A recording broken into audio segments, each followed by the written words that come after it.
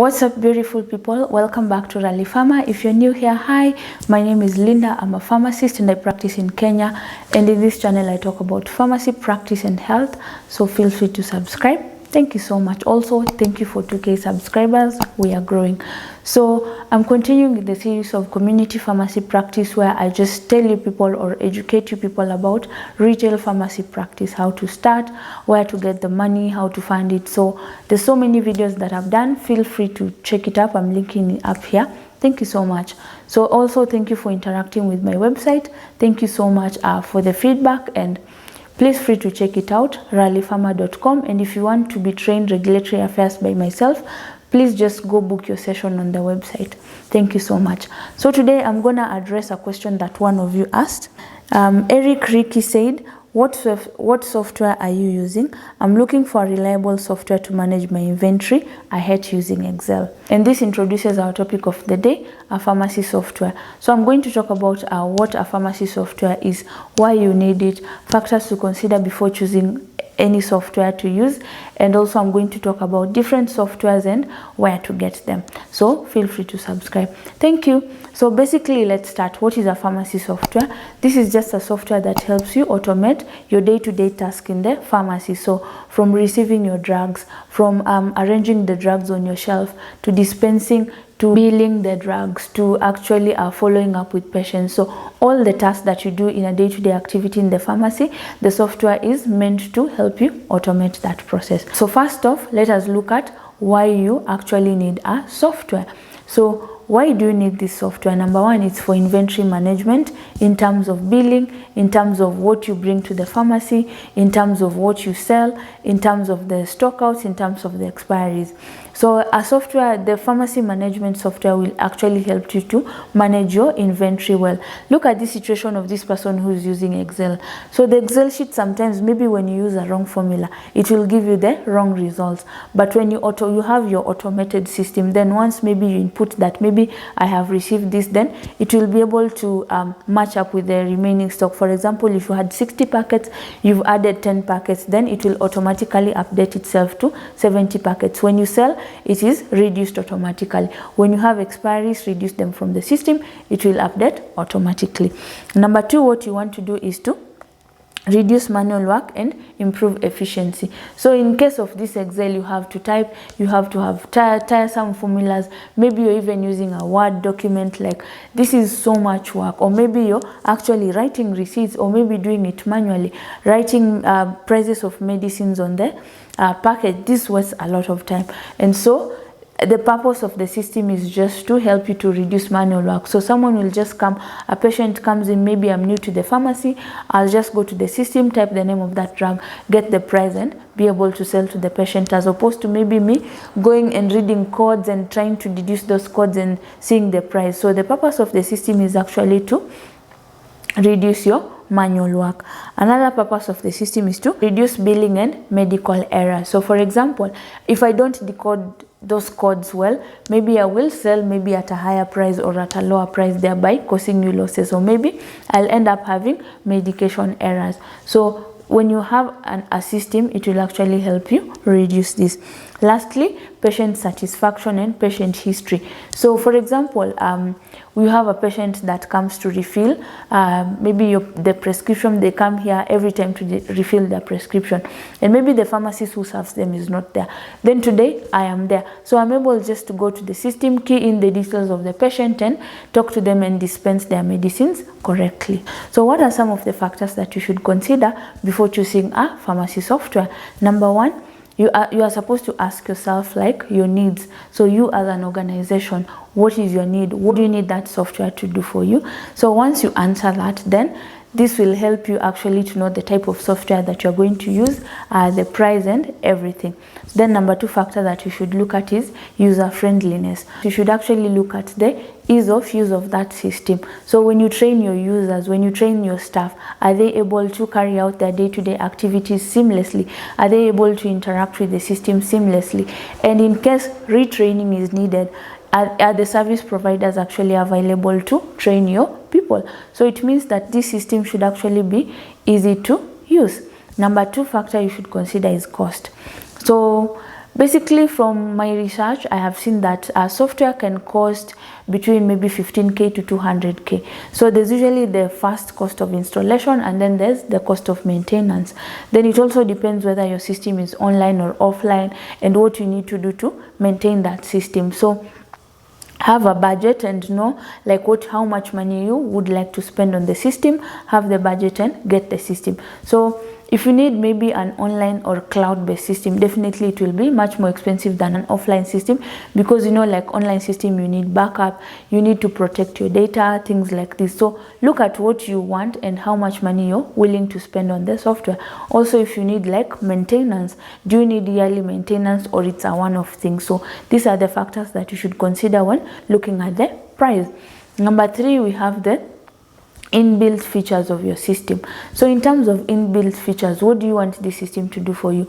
Do you want it to do your inventory management? Do you want it to do billing for you? Do you want this system to actually maybe generate reports? Do you want to assign different users to do different tasks? For example, you can say that I want user A to be only billing, user B maybe to be inputting the patient data, user C maybe to receive the inventory, user D to handle expiries and recalls. So are you able to integrate this in your software? So look at the inbuilt features of that system versus what you want, then it will help you decide, and always ask questions. Then the other thing that you need to look at is the ability to integrate your system with other systems. You have to print out the receipt for your patient. So is this system able to print it out? Is it able to connect with your printer? Is it able to connect with your PDQ machines? Is it able to like connect with other softwares also? So for example, if you want, maybe you're practicing MTM, you have your MTM software. Is this software able to integrate maybe billing of the patients, the patient history? So are you able to integrate different both hardware and software with your system? Another thing you want to look at is their customer service. So for example, your system has crashed. If you call these people, are they available 27 to come and help you, or will you actually wait for the whole day for your system to crash? Maybe you don't have maybe prices of the medicines on the medicines, or maybe you don't even have your own price list somewhere else saved in the computer. So reliability of the customer service and reliability of your software. So look at it in terms of how responsive are they to your needs. You can actually do a mock. For example, just create maybe an issue, see how they respond. Are they able to respond to you fast? Then you'll actually be able to know their response time. Another thing that you want to look at is the flexibility of your system. So in terms of maybe an online based system, are you able to track your data real time? For example, you have a pharmacy in Nairobi and you've traveled, you've left your workers there. Are you able to actually monitor your stocks real time? If someone sells maybe a drug on shelf, are you able to tell that this drug has been sold? So maybe this inventory has reduced from A to B. Are you able to report real time? For example, at the end of the day, are you able to know that this was sold, this was brought in, and your system can be able to tell you? So look at the flexibility of the system. Are you able to access this system from another device? For example, you can access it from your phone, you can access anything, or maybe from your tablet if you are away, or you can log into the computer and access this system. So make sure you look at this factor of accessibility. And then if it is online based, look at the security. Is it prone to attacks? Do you have any systems put in place so that your information or the patient information is not leaked? Remember, when you're at a pharmacy, you have patient information, you have the patient data, and you do not want to be caught on the wrong side of the law that your system was hacked, patient information was leaked outside. So make sure as you go for the online based, you ask this question. Another thing that you want to look at is the ability to actually send out alerts. So for example, if there are maybe short expiries, is this system able to maybe send you an alert to say that maybe drug A has a short expiry, therefore you should know how to manage it? Maybe this patient refill is almost done. Are they able to send the patient a message to tell them that it's time for you to come and refill your prescription? So or maybe let's say you had maybe the patient had come to your pharmacy and then you've told them like, I don't have this drug right now and I'll call you maybe in 30 minutes or something like that. So can you be able to automate this in the system such that maybe it will send them an alert on their phone, it will send them an SMS to tell them that they should now come for their medicine. So look at this ability to create alerts. And then another thing that is very, very important that you want to look at is the ability to extract reports. So when you're actually extracting reports, what type of reports do you want to extract? Do you want to extract reports of your monthly sales, your daily sales, your expiries, how you're handling like maybe your expiries, how you're handling like stockouts, how you're handling returns? So things like this. Is the system able to give you alerts and generate reports? And lastly, you want to look at regulatory compliance.